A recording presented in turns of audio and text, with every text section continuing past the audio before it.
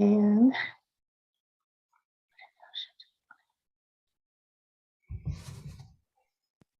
we're in there.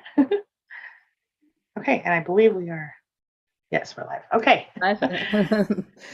Good afternoon, everybody. It is Angie Atkinson, and I'm here with the lovely and talented LIse COlucci. LIse, welcome back. Hey, hi.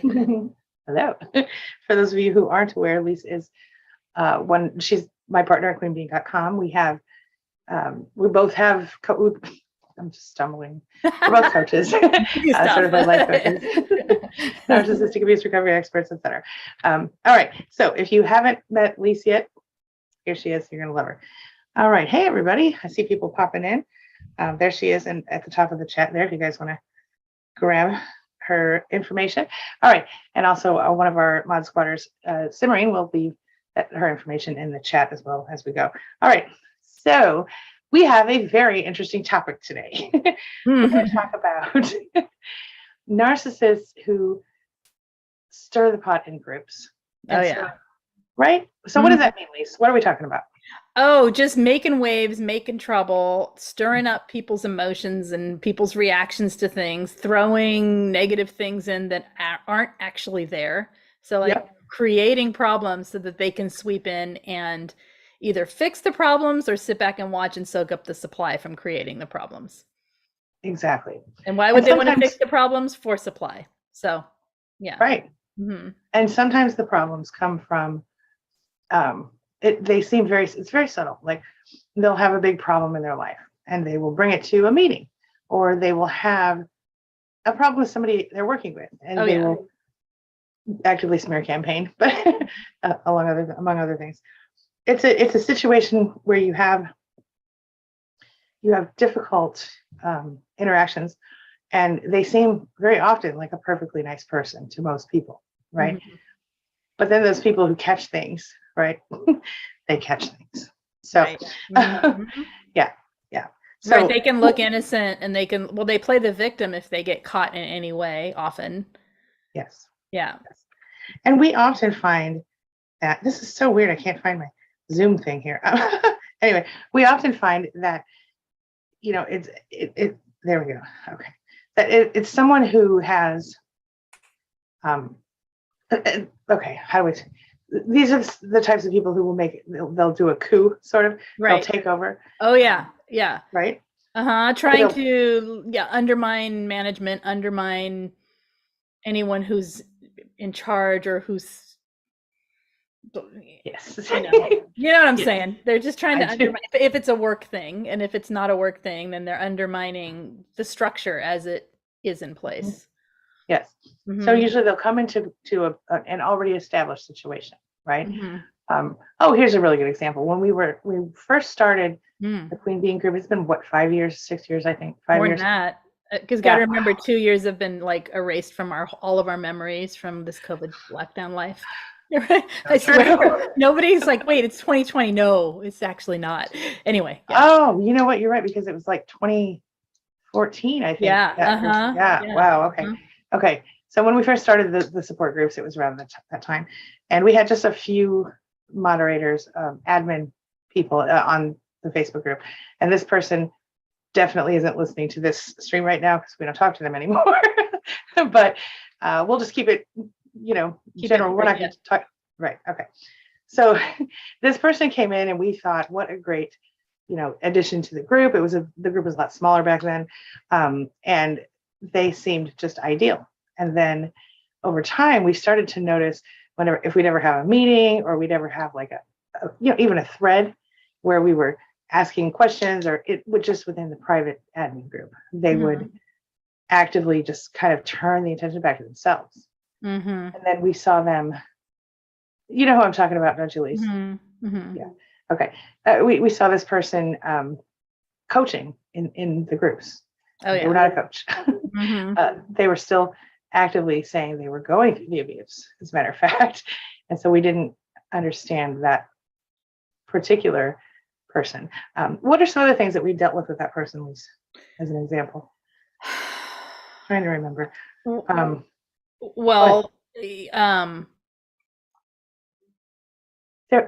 trying to think. Sorry, frozen. Oh, you're fine. Okay, so there was there were the behind the scenes stuff they were doing. They were sneaking around, actively Oh, dividing the yes. admins, Mm-hmm. right? Mm-hmm. You remember they reached out to one admin, and then they reached out to me, and then they reached out to LIse, and 3 different stories were told, Right. right? Almost like she was pitting us against each other for some reason. Right. And then it became clear because eventually the person stated they wanted to be this type of, they basically wanted to become a coach.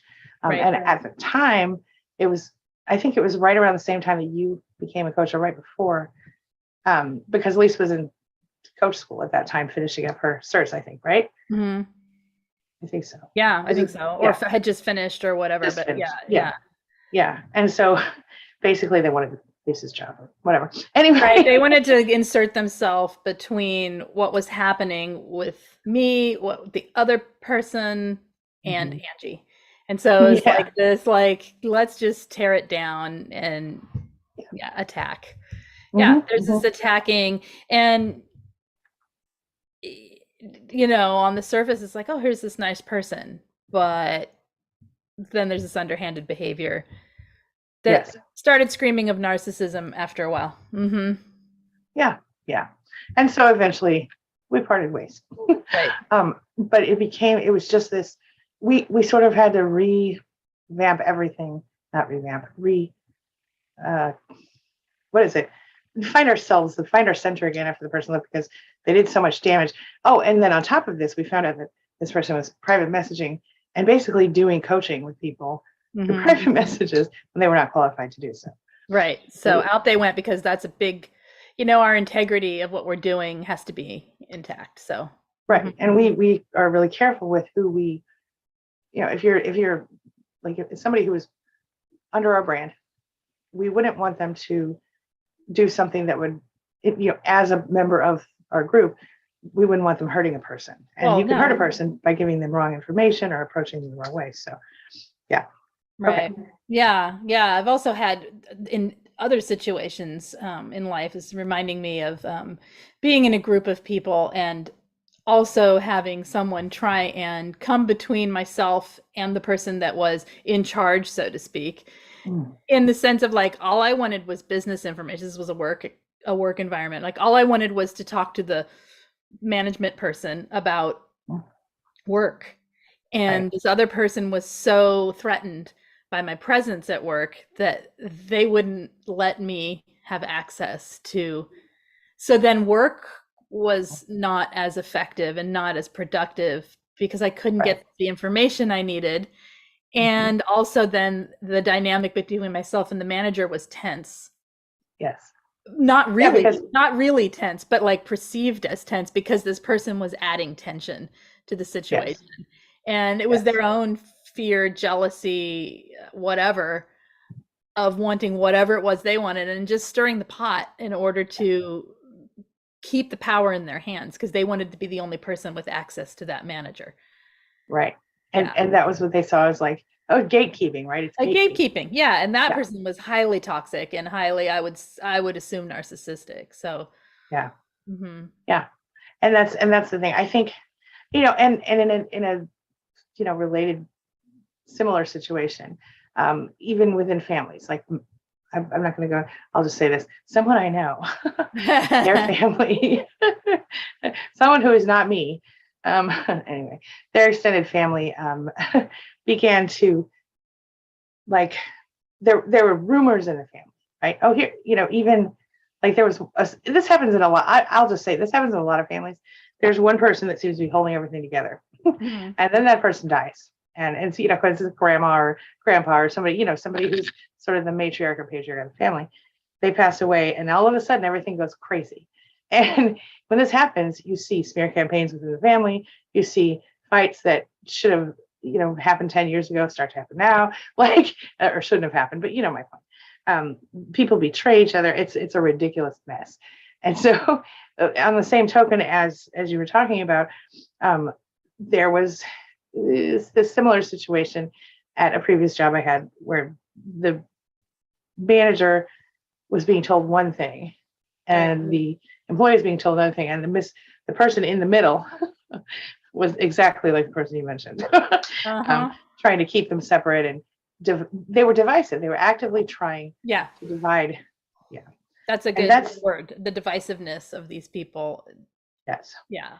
To deliberately create a mess so that Yes. they're the only ones left with the answer. They're the only ones correct. left. I know how to fix this. Yeah. Right.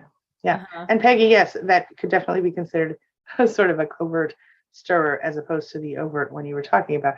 But in any, and see, that's the other thing, is that someone who, using the manager situation again, someone who stands between, let's say there are two managers and there's an assistant between them or something, or there's, whatever. The person is actively telling, manager A, this person is so annoying. They really don't like you. They say horrible things. And then they're telling manager B, like, you can't talk to this person because, whatever excuses. They're so busy. Their schedule is so busy that Right. they don't have room for it. And if you interrupt them, they're going to be angry with you. And yeah. Right. Yeah. Right.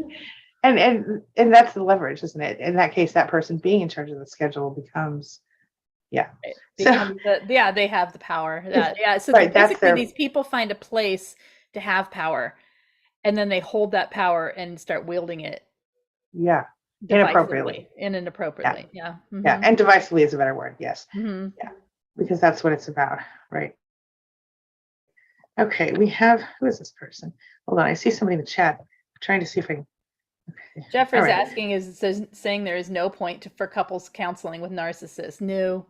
In fact, there's a point. Sure, there's a point. You can give the narcissist way more information and way more access to your vulnerability so they can manipulate in a different and more ugly way.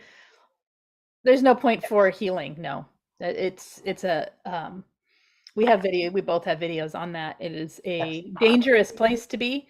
And often, especially if you have a female narcissist, you may have a therapist not seeing it right away and siding with them in ways that yes. And it doesn't matter if it's same sex or opposite sex couple. There's something about the manipulation of a female narcissist that they can play the psychology game well. Yes. Mm-hmm. And to be fair, I've seen it the other way around.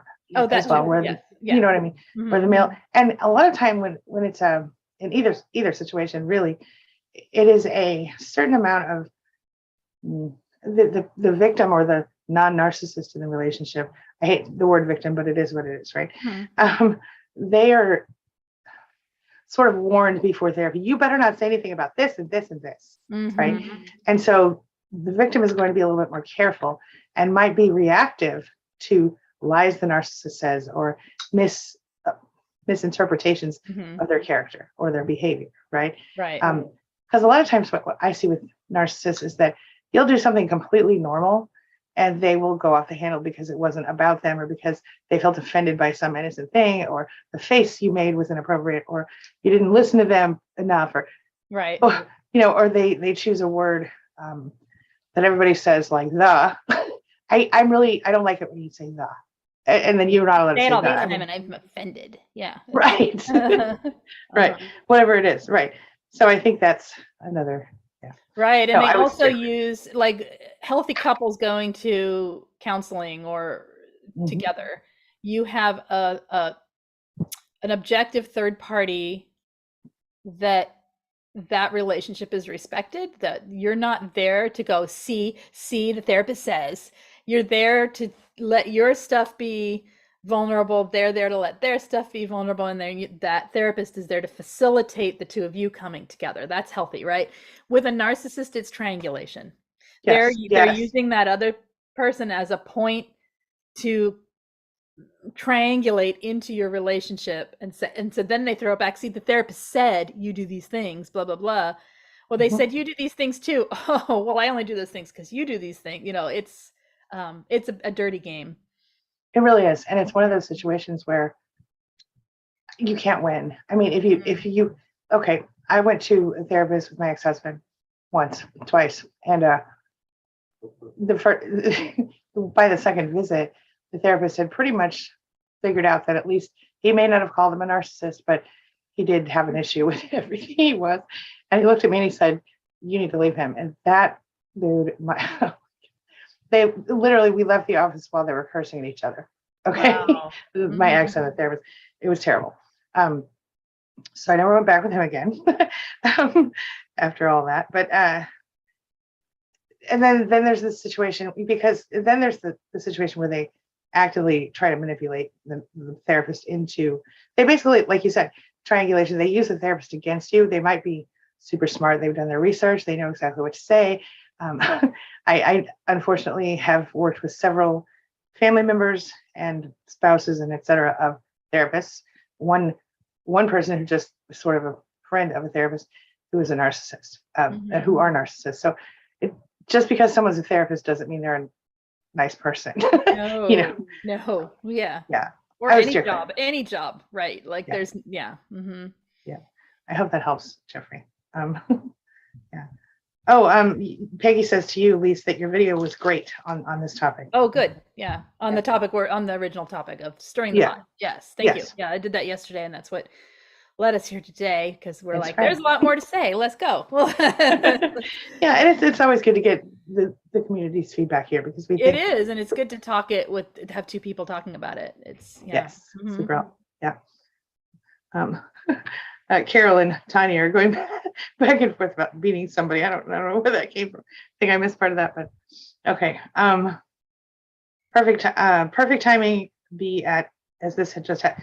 Love of Truth Tarot says, perfect timing for me. This just happened to me, the pot being stirred. Yeah. And see, the thing is, often these people who do this type of narcissist who does this is covertly hiding the narcissism, or they know how to play the victim really fast. Right. So they can be a more overt narcissist, but then they can go right into the hurt victim, so that there's no accountability when someone does that. They drop off and spin everything around to being like, why are you attacking me? I was here for you. I was the one that supported you, blah, blah, blah, and right? Yeah. And then, There's almost nothing you can, okay. Ellen says, one of the things that she puts, contacting one-on-one and complaining about things that didn't happen, was brought up. She said, and I think her point is, when we are being triangulated with a therapist or with anybody, or they're stirring the pot, it's all connected, really. Isn't it? Because that's exactly what happened with both of those job situations we talked about, and even that one in admin we had back in the day. Yeah. Okay. Thank you, Jack. Oh, by the way, thanks to Ellen C., who is our new moderator and mod squatter, and Jack and Simmering and Chris for being here today. I appreciate all of you. All right, let's see here. Druid VW says, I don't know if it's Druidv or if it's VW. Emotional blackmail, and that is the exact term. When I was talking to Angie about this earlier today, she said, that's emotional blackmail. Said, that's right. Yep. It is, and it's terrible, actually, because both people are hurt. So it's a triangulation, yes, and both people who are the person, like, say, who couldn't get the appointment with the person, and the person who trying to make the appointment with, so like the manager and the employee who aren't doing this, what am I trying to say? They're both hurt in this situation. They're both, and their company's hurt, and the company's hurt, and the business is hurt, and the only one winning is the person getting supply. Right. And it's ridiculous. I used to have a friend who would actively, at parties, I would be, me, I'm out there mingling, talking to everybody, because I don't care. She would have her husband literally physically grab my hand and walk me over to her, because she didn't want to go where all the people were, but she wanted me in her space, because I guess I was the one talking to everybody. I don't know.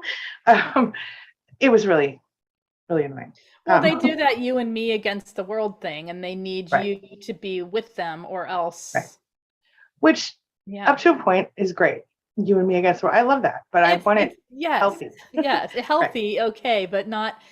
They do you and me against the world, because they're the ones stirring the pot, making the world uncomfortable. Darn. Yeah. That is such a good way to put it. And that's exactly what I was dealing with. Yeah, it's different than, yeah, I got your back, buddy.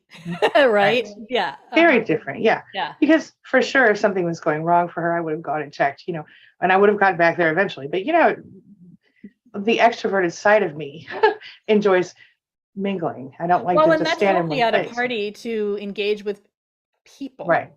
And Right, if you're not a person who wants to do that at a party, then it's healthy for you not to. And you do your Right. thing, and you let the person who needs to, yeah. Right. Well, for example, when my husband and I used to have parties, we would walk in together, and then we would just both be wherever we were in the room, in the party, talking to whoever we wanted, and that felt perfectly fine to me. My current, I mean, but we don't do that anymore. We're tired now. We don't go to parties very often. Anyway, but yeah. Sorry, I didn't mean to interrupt you. No, that's the same thing. Yeah, it's an example of healthy versus what happens with toxic people. Yeah. Yeah. And it's not like she's like, I'm uncomfortable, stay by my side. It's, oh, you're talking to them, are you? It's jealousy. It's like, yeah. It's blatant. Yeah. Yeah. And it was the same. Her husband wasn't allowed to leave her side except to drag me across the room. And so it was really bad. And it's like a mean girl clutch. It's like she wanted a little mean girl clutch standing in the corner, just judging everyone. And exactly. But I'm not that girl. I am not that girl. No. Why would you want I love everybody until they prove me otherwise. But within reason. I watch for red flags now. Okay. Yeah.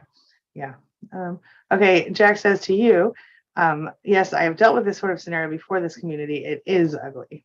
Indeed it is. Okay. Druid says, Doctor, heal thyself. Yeah, I guess that's appropriate when it's, yeah. Go ahead, Lise. Oh, no, I'm looking. Okay. I'm not keeping up with yes. chat. Let's see what's heal or heal thyself, says Tanya. I like that one. The fact of the matter is that I think many people have what you might call healing abilities, right? Whether they heal through teaching, or they heal through physical touch, or they heal through medical, like their doctors or their nurses or their mothers or their father. You know what I'm saying? Like everybody has something. I swear to you, when one of my kids was a baby, I really think that my will for that kid to be healthy made that kid healthy. I know that sounds like some bullshit. I really think so. It was you kind of feel some kind of way sometimes. I don't know. Anyway, but my point is only, heal, physician, heal thyself, healer, heal thyself. We all have to be our own healers in some way. And often, we are blessed enough, Lise, to be able to share some of that with the world. But when it all comes down to it, we can show you the way, and we can hold your hand and walk down the street or the dark tunnel or whatever with you, but we cannot force you through. We cannot carry you. We can, you know what I mean? Yeah. So we're all our own healers a little bit. Right. Our job is to help you see what you already know for yourself. Exactly. And the right path for your life. We can't tell you what it is. We can give you suggestions.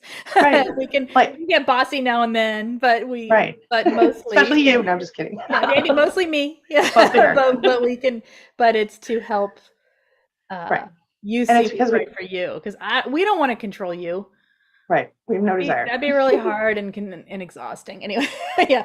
Well, yeah. And that's why we're not, you see some coaches out there, they won't even help you unless you go no contact, or they'll kind of try to force you to go. You can't always do that. We understand. Everybody's life is different. Maybe you don't want to. I mean, you still deserve help. Exactly. Right? Yeah. Exactly. Yeah. Isabel says something here that was good. They go to a point to provoke people, even when it's evident that the people want zero to do with them and have no effect on their life. Yep. Yeah. And that's why the best revenge is, I don't know you anymore. I mean, when you can't. Right. And all I know about this admin situation that we were talking about earlier is that when the person finally was asked to leave the group and was like, look, you can't do these things. You've been counseled. You've been talked to. What the heck? Goodbye. The drama stopped. All of Suddenly it. Everything was fine. Like all of it. Yeah. Yeah. And we've had almost no more drama since that person left. It's almost that like there's a certain type of narcissistic person that is so insecure about their place in the world that they create problems so that they have Yeah. a place to be and, Right. and a seat of importance in it. Exactly. And then they know, in this case, they knew they were with a bunch of empathic, survivors. And they were like, how can I tweak this to get attention? And they did, because they would take over the group sometimes with their drama. And not drama related to the group even sometimes. Sometimes it was just, oh my God, my life's about to end. Everything's terrible, Right. So we're all right. We're good on that. I mean, not that we don't want to support people who work with us. We absolutely do. And we Oh, will. no, And we that's do often, different. Yeah, it's right? different when it's meant to divert from the business at hand. Yes. Or like the person had been, messing up a few different things, the same thing over and over. And then they kept being talked to. And then it's the minute they kind of felt like, okay, maybe I've gone too far. What did they do? They started like, oh, my dad died or something. I don't think it was their dad. Right. Somebody died. And yeah. Yeah. So it just became this whole like, it's obvious that it's manipulation. Yeah, that's where the emotional blackmail thing came in. We were talking about it because then they made us feel sad for them and feel bad because everything in their life seemed to be falling apart. And in reality, they just were using that. And we don't even know if the person actually died. So, and I'm not saying that we never said that, of course. We would never hurt anyone. But sometimes you just have to say it's just not working out. Anyway. Yeah, and I'm thinking of like why when we see it, we stay. Why does it take so long for a lot of us for this particular type of narcissist why are they in our lives for so long? Because often they kind of linger for a long time, and I had someone say something to me this week that was profound. She said she knew she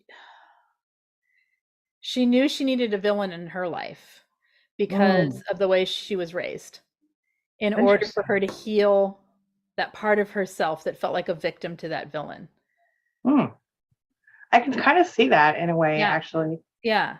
And you see that a lot in survivors, because a lot of us, if we were raised by narcissistic people or otherwise deeply affected by them growing up, or we had certain types of trauma, we end up with someone who very much resembles, exactly, at least on the inside, a narcissist. Yeah. So I think that's more common than most people realize. And I heard a quote a long time ago. It was actually on that TV show Modern Family. It's funny that I'm quoting them, but anyway, it was really insightful. He said, the guy that plays the father of the whole thing, or whatever, Ed Bundy. No, wait, the guy who played. He played Bundy, Al Bundy. And now he's on the show. Okay. Well, anyway, what's his name? Married with Children guy. I don't know. Yeah. Whatever his name. I don't know anyway, his character. I know the characters. Yeah. Yeah.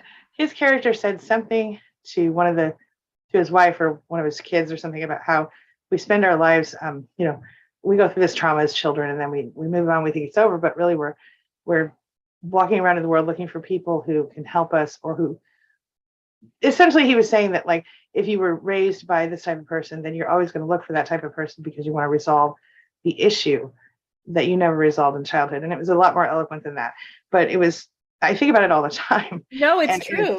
It's true. We do. We feel this need to resolve, this need to, because we've been taught that it's us that's broken.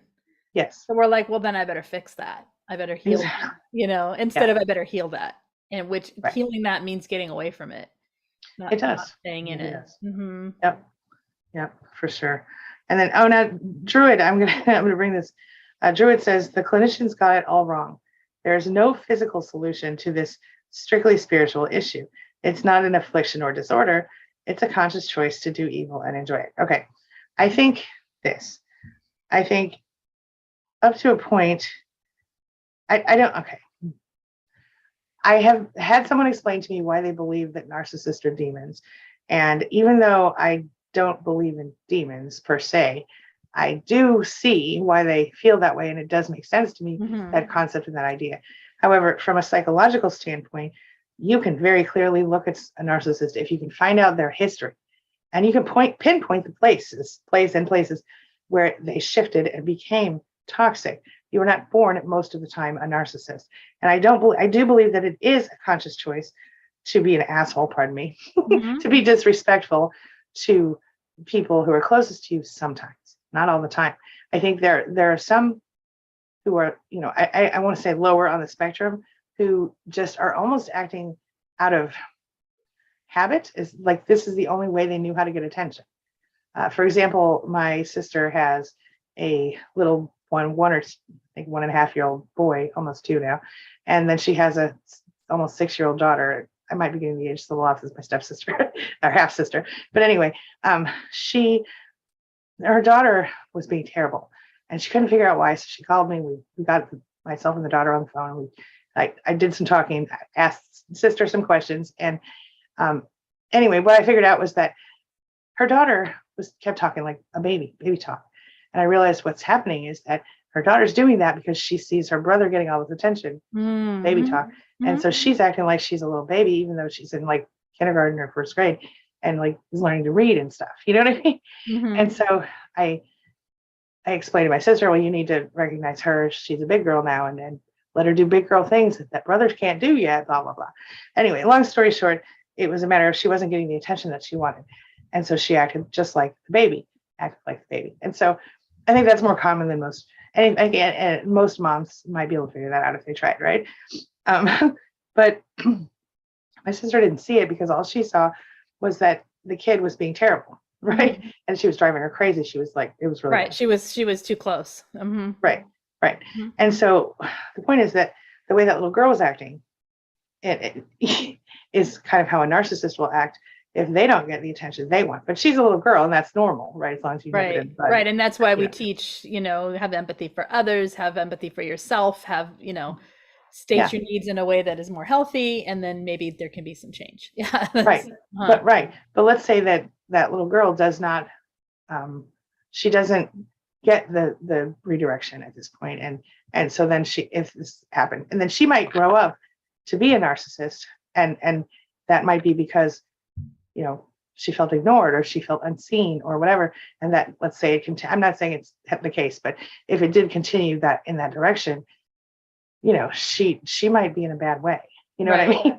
And so the point is, I think that's an example, a really lame example, to be fair, because I know this kid's going to be fine, but of how you might see a narcissist, that moment in her life where she was behaving that way, had that moment not been pattern interrupted, she may have continued on the path of, why isn't anybody looking at me? Why isn't anybody talking to me? And continued to repeat bad behaviors. And instead of getting attention for being sweet and her awesome self, she was getting attention for negative behavior. Right. And they'll take it however they can get it. That becomes later narcissistic supply. Does that make sense? It does. And especially if someone has low empathy to begin with. Exactly. Just, and if your parent doesn't teach you empathy, doesn't teach you how to, that empathy is, healthy and safe. They teach you that having empathy is safe. Yes. Yeah. Yes. On some level, because we don't learn that it's safe, but we do. We learn that by having empathy, to use it in a codependent way or in people-pleasing way, we stay safe. Yep.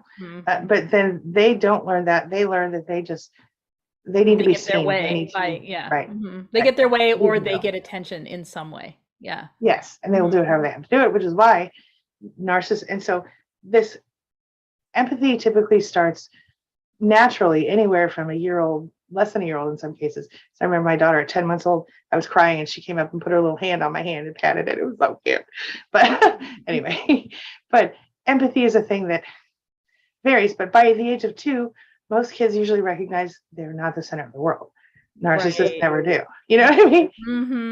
That's why I have that one video about 4 ways narcissists are like toddlers. I mean, yeah.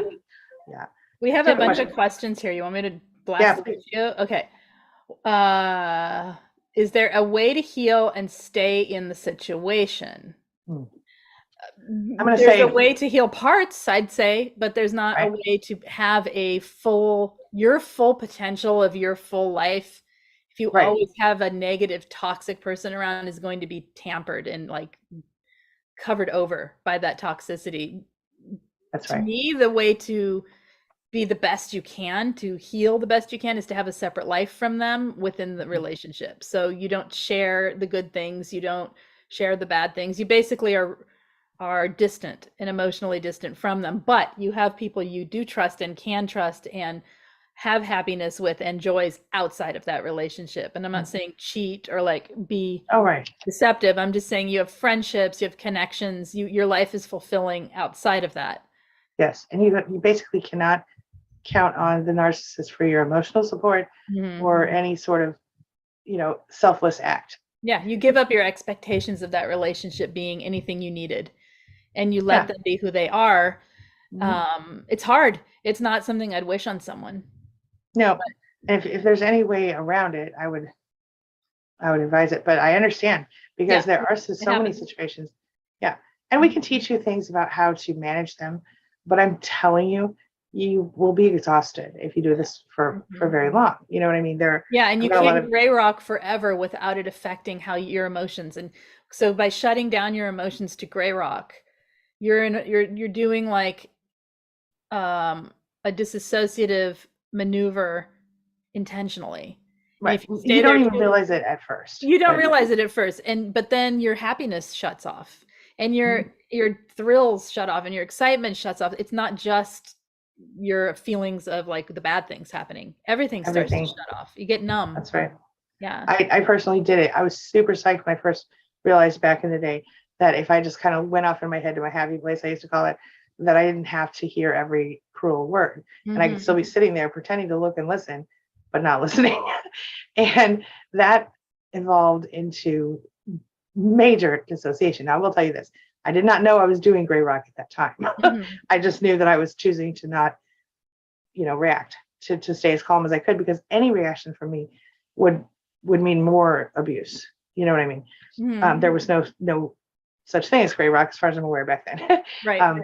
But the person who created the technique, Skylar, and that's all I know, Skylar from 180.com, she has written about, I think it's a she, I'm 99% sure it's a she, but I can't be positive.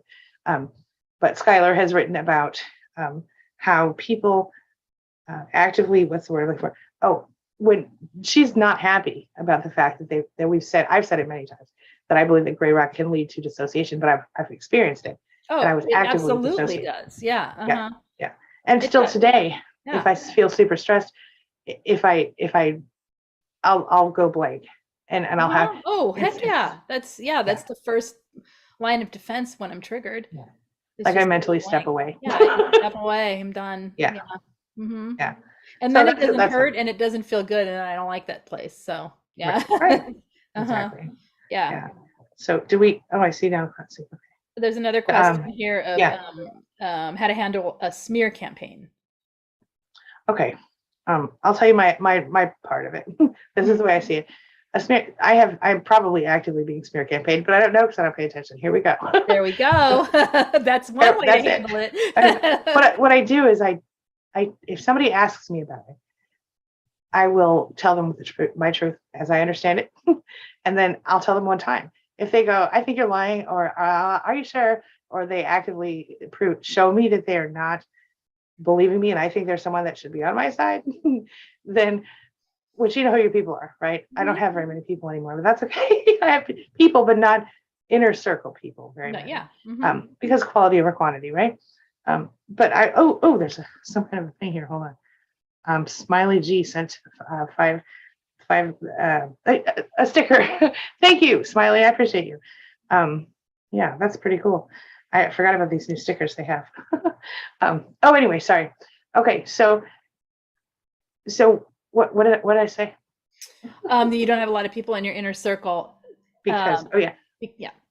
Right. So what I was saying, you were talking about handling a smear campaign, and that you say it once and only once. Say it once, only once. Right. Now, if they have questions and they seem legit, I'll answer those questions if I want to.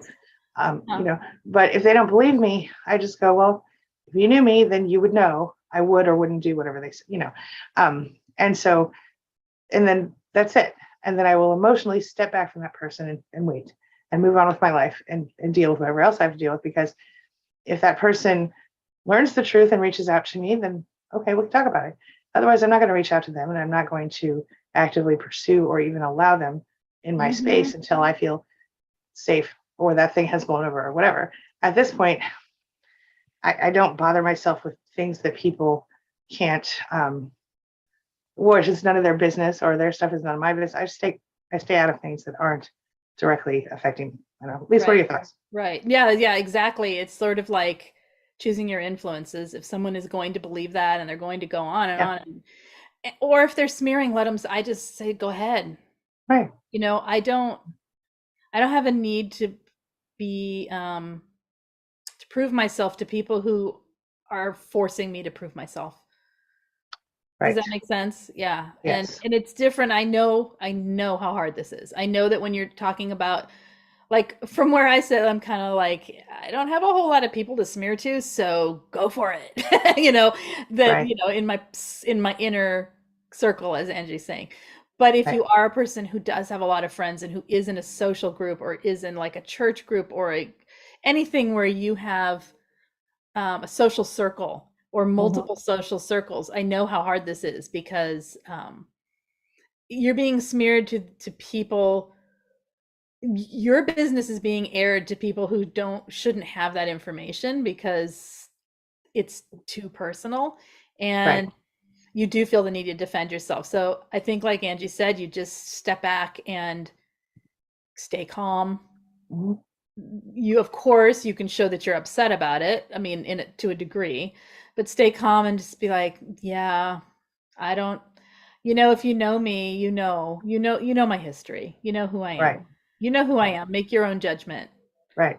If you engage in it too much and defend yourself, you start looking both crazy. I was just about to say that. Yep. And that's what they want. See, they're smearing you before you can tell the truth about them. Yeah, and the reason is, number one, they get more supply out of it. Oh yeah. Number two, they further isolate you as the thing goes to, you know, it's right. So they get to keep the friends. Yeah. They get to keep the supply from the friends. And then they'll end up with a replacement for you before they know it. And this is true even if they're not your spouse or partner, even if it's your mother. Trust me, I know. It's it's hard. There are several new improved Angies over there. They're not called Angie, but oh yeah, a narcissistic mother totally replaces the daughter, especially. We see them. Okay. Oh yeah. Anyway. Okay, next question: can you tell how can you tell if they're low on the spectrum or just at a deceptive mode? I'm assuming you mean, are they narcissists or are they not? So my theory is this. You know, if you need to know that they're a narcissist because it makes you feel less bad about leaving or whatever, you know, look, we've got tests over at queenbeing.com/quizzes.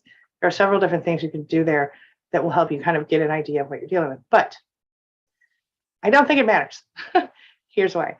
If you walk away from that person feeling less good than you did when you showed up to see that, or they showed up to see you every time you interact, or more times than not, that's one big thing. The other big thing is somebody who hurts you actively over and over again and then tells you that they love you, they're abusing you. So, and I'm not laughing at that, but I'm just saying, I sometimes laugh when I'm saying weird things. But my point is, they're abusing you. And so if you're being abused emotionally, physically, or otherwise, it doesn't matter what their label is. Just go. Just know what you're dealing with and accept that. Narcissistic abuse, I mean, some of these people would never be officially called narcissists by therapists because either they're hiding really well or because they're only showing the ugly side of themselves to yourself or whoever is their victim or their supply circle or whatever. And that's why you don't need a label, because it doesn't matter if, like, they met Lise, let's say this person met Lise and they met me, and to Lise they were an absolute angel, hung the moon, and then to me they were terrible. You know, Lise and I would still be able to get together and go, yeah, they might be a little toxic, right? But it doesn't matter, because for Lise they're good, for me they're not good. So if Lise wants to associate and continue, that's fine. But for me, I'm steering clear. Do you know what I mean? That's right. Yeah. And guess what? Guess who they're going to come after next? Yeah, it's you. Yeah. That's Exactly. Okay. And if we're being honest, they'll probably triangulate us. And and then they'll try to stir the pot, and then this is we're gonna get out our. Yeah, there's no reason to have a diagnosis if you are looking at behavioral traits. This is what whole thing is here, we can't diagnose anyone. We're not qualified to, nor could we, even if we were, diagnose someone without talking to the person, right? So the point is, we can point out behaviors, we can point out and show traits that if they happen once, if they happen twice, whatever, we all have bad days. If they are happening in patterns and you're being and you see it repeatedly and you see that no matter what you try, that same thing keeps happening. Look, I get it. They get defensive when we argue. Oh, I'm being a little snarky. Okay, next time I'm gonna stop. I'm gonna use I statements instead. Oh, they don't like the I statements. Oh, I'm gonna try sitting silent and nodding my head. They're still doing it. Oh, look, I'm gonna try a direct approach. They still do it. There's a pattern, not your pattern, because you changed your pattern. It's their pattern. And when you see those things over and over, when it's, then you know that it's more than someone have at a low point in their life or someone having a bad day. This is how someone behaves in relationship. Right. And you can, a couple things, little tips for if you're getting into a new relationship, look at how they treat their mother if she's around, or, you know, how they act to the checkers at the stores and the waitresses and anybody who they might perceive as not as much or not as good as them, you know, even like, you know, do they tip the valet or whatever, you know what I mean? Like if they're walking around in the world expecting being entitled, but again, it doesn't matter how they treat you and how they actively, whether or not they manipulate, whether or not they are cruel, and, you know, those things, I think what it comes down to is if a person is toxic for you, they're toxic for you. And when you've been with them 10 years, 15 years, 20, 35, whatever, I know a lot of people have been, you know who they are. They are not going to change. They are not. You already know that. You just have to put it in your head and accept it. And that's really hard sometimes, you know, especially when you built your whole life with them, right? Oh, yeah. And I like Carol is saying here, she says, thanks, Angie. And then she says, I guess being, can we say the abuse word, is my comfort zone. I guess I'll just say the word because we're far in. I guess being abused is my comfort zone at this stage in my 66 years of life, still married to narcissistic husband, 45 plus years. Having toxic treatment as your comfort zone, absolutely. And that is a horrible reality and a fantastic topic. So I think we should talk about that sometime because I think that could be a whole conversation, because I'm telling you, when you're out, whatever age you are, and you're healing, doesn't matter how long, well, when you've had a lot of narcissism in your life come after you. Yeah. When it's calm, it's uncomfortable. It is not your comfort zone to have happiness. You're out being happy and you're like, why do I feel weird? Why is this That's right. When's the other shoe going to drop? Having that be your reality and your norm is 100% accurate. And you have to work against that feeling of it being normal and do the thing that's uncomfortable, which is good for you. The happiness that, you know. Because the uncomfortable is short. Yeah, relatively speaking. It goes away. Yeah, it goes away as you heal it. And as you go, oh, it's okay that things change. The other shoe isn't a toxic narcissist coming after me. Right. It just means I'll be in a bad mood tomorrow. Who cares? Right. Right. Right. Yeah. When you learn to be satisfied with your own company and to be so satisfied with your own company that if some, you know, Yahoo decides to come into your life and ruin it, I'm not even going to say narcissist because it doesn't matter. Yahoo, they can show up in your world and they can destroy it, or you can go, you know what, you're not making my life better, because your life is already great by that point, right? You are so satisfied with what you have going on that you're cool either way. If you need somebody, great. If you don't need somebody, whatever, right? And I know that sounds kind of weird, especially if you're, you know, under a certain age, but at this point in my life, I'm telling you, peace is a beautiful thing. And when you've been so traumatized, right? At least today you have said several things that I was just about to say. I wanted you to know. That was awesome. Always happens, right? You're like, oh, I was going to say that too. Well, that's good though, because that's we're on point here. We're in the same mindset. Yeah. Okay, I want to read like 3 comments, and then I have to go because I'm supposed to be on the phone in 3 minutes. Okay. Oh, do it. Okay. But I can let you stay on if you want to. I don't know. It's okay. I'm sure people are happy with it. Okay. Yeah. All right. So Druid said that his narcissist was stuck emotionally at about age 15. I see that a lot. And what that is again, wherever the biggest trauma happened, or one of the big, that's the age they get stuck at. And this happens with, and I'm going to apologize in advance for saying this because I'm not saying every case, but in a lot of cases, when a young lady has a child too young, she stops maturing at that age. And oh, by the way, at least that was like that one admin that we were talking about that, yeah, that was part of her thing, I think, with the immaturity.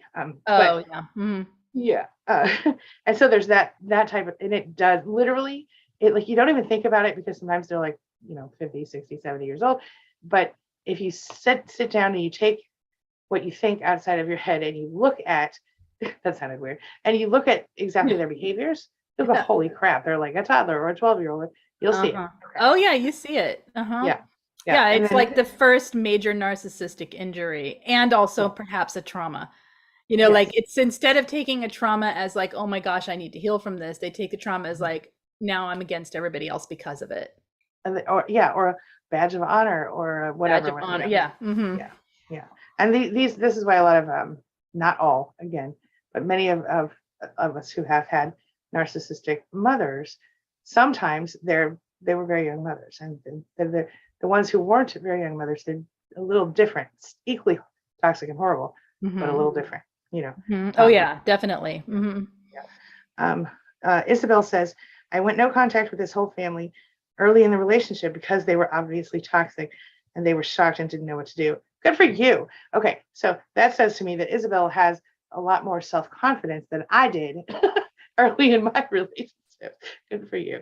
And I love that. Sometimes I'll have clients who will be like, I knew that was wrong. And that's because maybe they grew up with slightly healthier families than I did, or whatever. You know what I mean? And I'm not talking about anything. I'm just saying. Okay. One more. Elizabeth says, where'd she go? Okay. To Druid. Oh, my mother, I think at 2 or 3. Oh, yeah. I mean, yeah. She was saying the same thing about the like arrested emotional development. Like in this case, we're talking about, and I've said it 100 times, they really are like toddlers. They will scream. They will throw their fits. The problem with them is that they have this ability to turn the guilt around on you like an adult, but they scream and act like a little baby. And so sometimes, especially, I'm going to guess, well, I think it's in both cases, female and male, with certain people in their lives, they will absolutely actively play the victim and manipulate. Oh yeah. Yeah. And then I felt the need to take care of them and their emotions. And this became what love was. That becomes the bond. Yes. Yes. Yeah.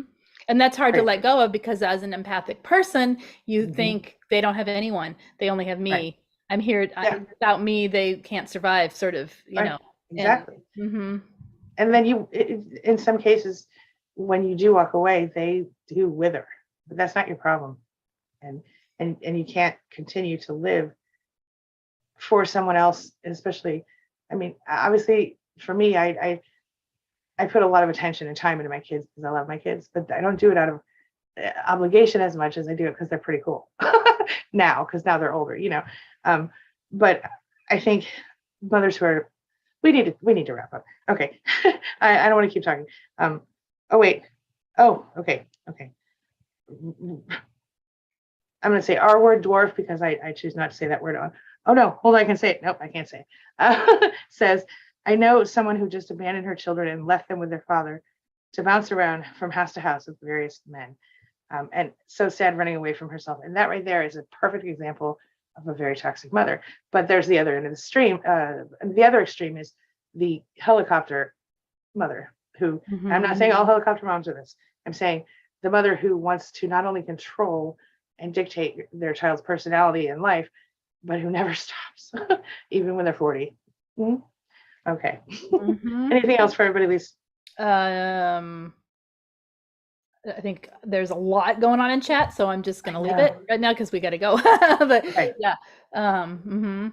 So if you haven't yet already, just feel free. I think Simran is putting our reminders in maybe.